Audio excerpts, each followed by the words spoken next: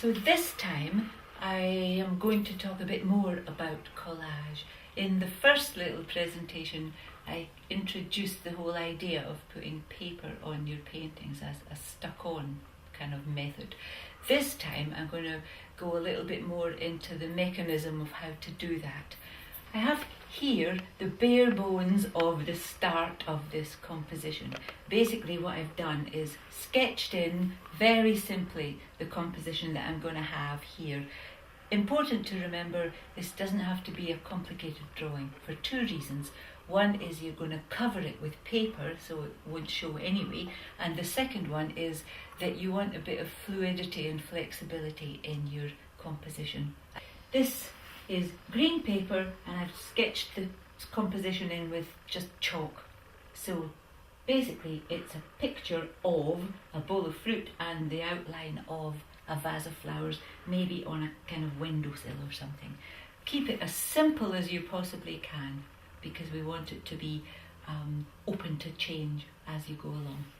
Over here in this side I've got some pieces of paper torn out for your collage, which are actually going to provide your palette. They're going to be your paint box, if you like. As you can see, I've torn out pieces of coloured paper from magazines and I've kept them approximately in colour bands so that, just like using a paint box when you would choose a particular colour, here you're choosing a paint box but it's made of paper. So you're choosing where you want green, you go to your green section, or where you want, you can do it this way. You can do it other ways as well, but I find this is quite a good way to start. You'll notice that none of these is an actual photograph of something in its completed sense. I've taken out pieces of things because it's actually the colour that I want and the pattern and the texture rather than an image of something. So I'm going to start this one.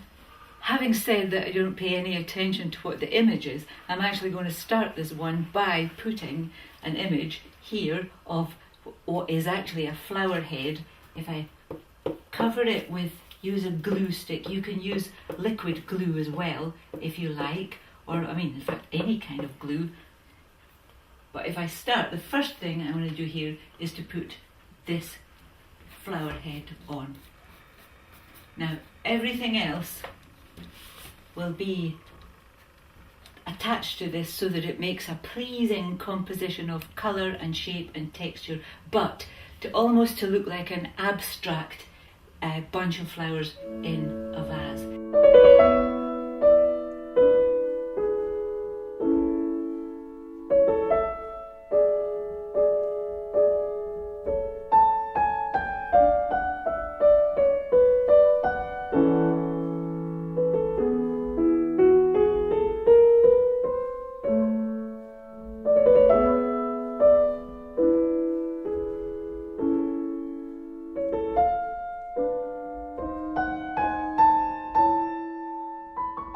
So I've continued sticking and planning this out a little bit, and as you can see I've got the bare bones of this composition now.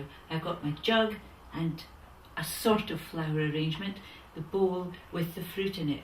I've also put in a line which might indicate a window here with light coming in and a table for everything to sit on. So a good reason for doing this, you might be wondering, why would a person start to do this? Just because it's a different approach. Quite often I have people telling me that they get stuck in what they're doing. They see other people doing things but somehow they don't want to take the step.